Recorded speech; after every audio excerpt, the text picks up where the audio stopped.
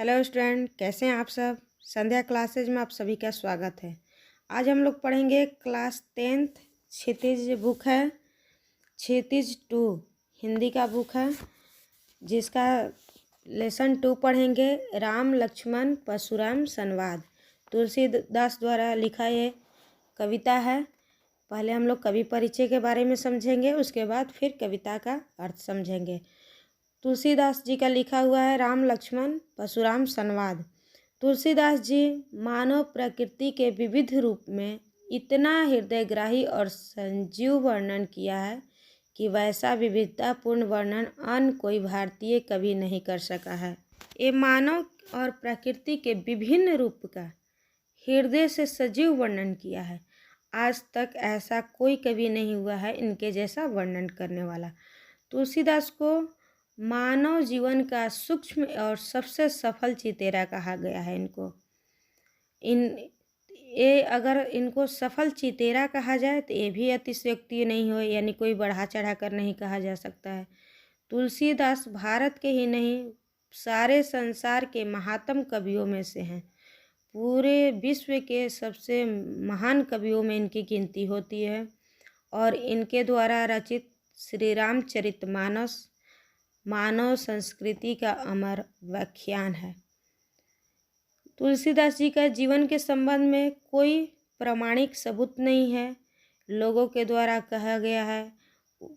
कोई लेखक कुछ कहता है, कोई लेखक कुछ कहता है। कहा जाता है कि तुलसीदास जी का जन्म उत्तर प्रदेश के बांदा जिले के राजापुर गांव में 1532 ईस्वी में हुआ। 1532 विक्रम संवत में इनका जन्म हुआ, उत्तर प्रदेश के बांदा जिला के राजापुर गांव में। कुछ विद्वान कहते हैं कि इनका जन्म स्थान सोरो जिला एटा भी मानते हैं। कुछ विद्वान कहते हैं कि तुलसीदास का जन्म 1554 विक्रम संवत में सावन महीने के शुक्ल पक्ष के 7वीं तिथि को हुआ है। तुलसीदास के जीवन के संबंध में एक प्रसिद्ध दोहा है। 1554 विषय कालिंदी के तीर, श्रावण शुक्ला सप्तमी तुलसी धर्यो शरीर। यानी कि 1554 ईस्वी में कालिंदी नदी के किनारे श्रावण महीना के शुक्ल पक्ष के 7वीं तारीख को तुलसीदास का जन्म हुआ।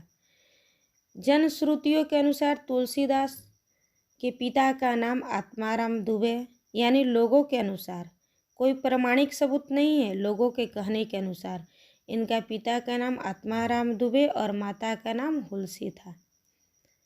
कहा जाता है कि इनके माता पिता इन्हें बचपन में ही बाल काल में ही इनको त्याग दिया था।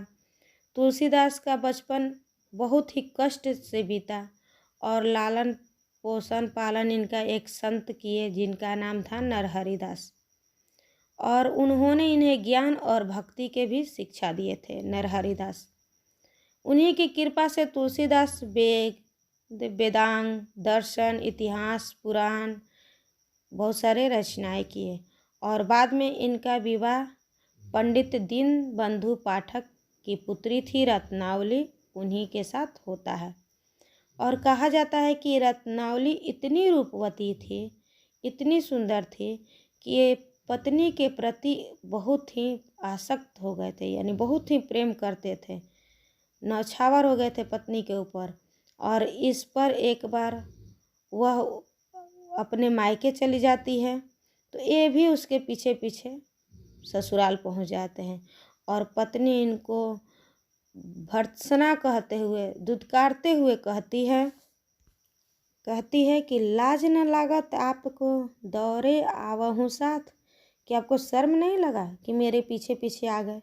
धिक धिक ऐसे प्रेम को कहा कहो मैं नाथ, कि हे नाथ, मैं ऐसे प्रेम को धिक्कार करती हूँ जो आप मेरे पीछे पीछे चले आए। अस्ति चरमय देह मम तामे एति प्रीति, ऐसी जो श्री राम माँ होत न तो भवभीति।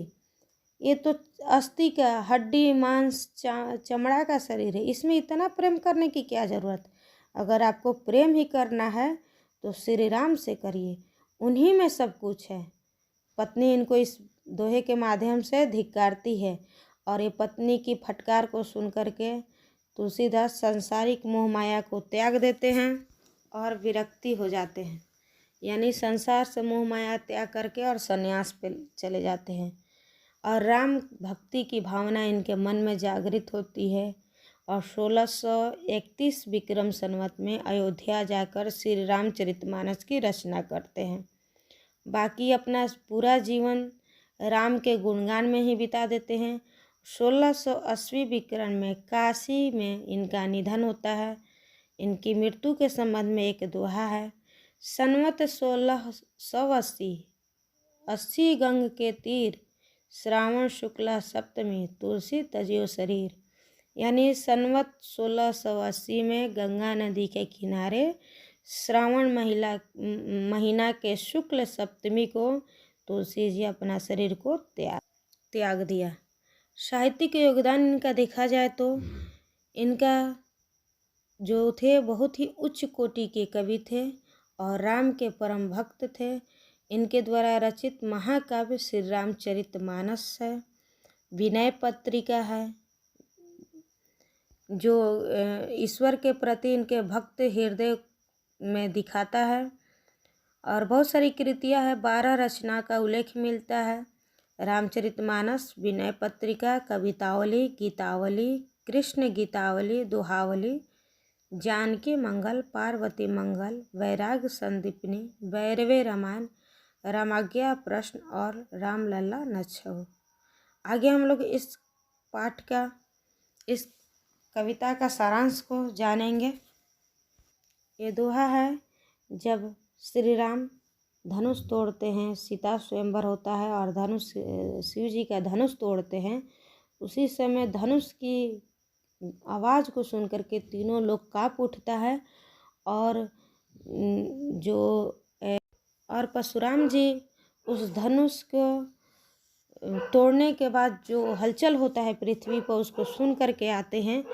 तब ये दोहा वहाँ से दिया गया है कि नाथ शंभुधनी भंज निहारा, होई है केहू एक दास तुम्हारा। आयेसु काल कहिए किन मोही, सुनी रिसाई बोले मुन कोही। सेवकु सो जो करे सेवकाई, अरि करनी करिए लड़ाई। जिसका अर्थ है कि हे नाथ, शिव जी का धनुष तोड़ने वाला और कोई नहीं, आपका दास है। अब आपका धनुष जो है टूट गया, कोई आज्ञा है तो मुझसे कहिए। श्री राम के मुख से बात सुन करके परशुराम जी का क्रोध जो है बढ़ जाता है और परशुराम जी कहते हैं कि सेवक तो होता है जो सेवा का कार्य करे, यहाँ धनुष तोड़ा गया है, धनुष को भंग किया गया है। जो धनुष को भंग किया है वो मेरा सेवक नहीं, वो मेरा शत्रु है और शत्रु का काम सिर्फ लड़ाई करना होता है। आगे इसका है, सुनहु राम जही शिव धनु तोरा, सरहस्य बाहु समय सोई रिपु मोरा। कहते कि हे राम सुनो, जिसने भी मेरा धनुष तोड़ा है वो सरहस्य बाहु की तरह मेरा दुश्मन है। सो बिल गाऊँ बिड़ाऊ समाजा, न त मारे जइहे सब राजा। बता दो कि किसने धनुष तोड़ा है, इस समाज में कौन है जो धनुष को तोड़ा है, नहीं तो जितने भी यहाँ पे राजा उपस्थित है सबको मैं मार डालूँगा। सुनी मुनि बचन लखन मुस्काने, बोले परस उधिर माने। इस बात को सुन करके लक्ष्मण जी मुस्कुराते हैं और परशुराम जी को अपमान करने के उद्देश्य से कहते हैं, बहु धन हुई तोरी लड़काई, कबहू न असीर सी किन्हीं गुस्सा। कि हम लोग तो बहुत सारे छोटे छोटे धनुहिया को तोड़े हैं, लेकिन किंतु आपके जैसा क्रोध हम पे कभी किसी ने नहीं किया है।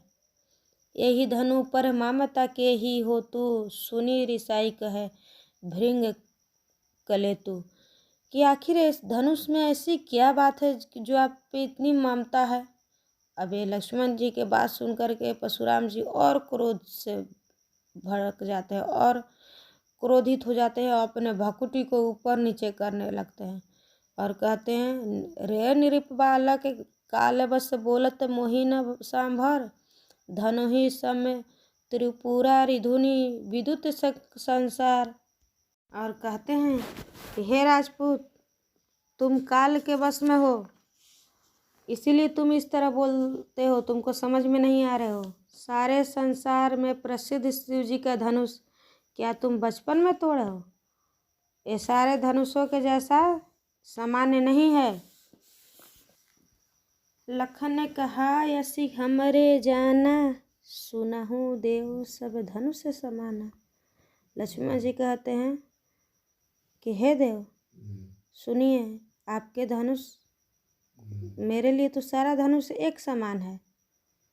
का छतिल्ला भू जनु धनु मोरे, देखा राम नयन के भोरे। कि पुराने धनुष को तोड़ने में मुझे हम लोगों का क्या लाभ हानि। राम जी तो धोखे से इसे देखे, बस ये टूट गया, थोड़ा सा छुए कि टूट गया। अब श्री राम का इसमें क्या दोष है? छुअत टूटे रघुपति न दोषु। रघुपति जो है श्री राम जो है छुए और टूट गया। मुनि बिनु काज करिए न रोसु। बिना मतलब के आप झूठ मूठ के इतना गुस्सा रहे हैं। बोले चित्त परशु की ओरा, रे सट सुनहि सुभौ न मोरा। परशुराम जी अपने फरसे की ओर देख करके कह रहे हैं, बोलते हैं कि तुम मेरे फरसे के बारे में नहीं जानते हो। ये फरसा जो है मेरा बहुत ही खतरनाक है। अलकहु बोली बधो नहीं तोरी, केवल मुनि जड़ जनहि मोहि। बाल ब्रह्मचारी अति कोहि, विश्व विधि क्षत्रिय कुल द्रोही। क्या तुम मुझे केवल मुनि समझते हो? मैं बाल ब्रह्मचारी अत्यंत क्रोधित हूँ। तुम्हें बालक समझ करके मैं नहीं मार रहा हूँ। मैं संपूर्ण विश्व के क्षत्रिय कुल का शत्रु हूँ।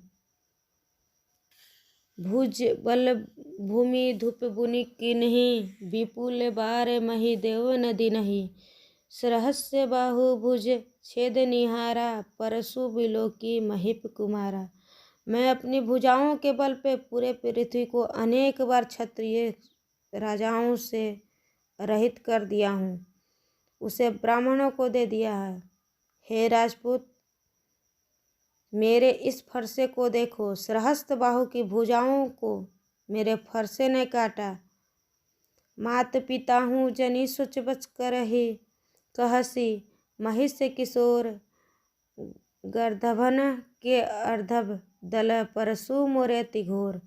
अपने माता पिता के बारे में सोच, बस में मत कर, गुस्सा के बस में मुझे मत कर। मेरा फरसा बड़ा भयानक है, इसके गर्भ में पल रहे बच्चे को भी काट डाला है।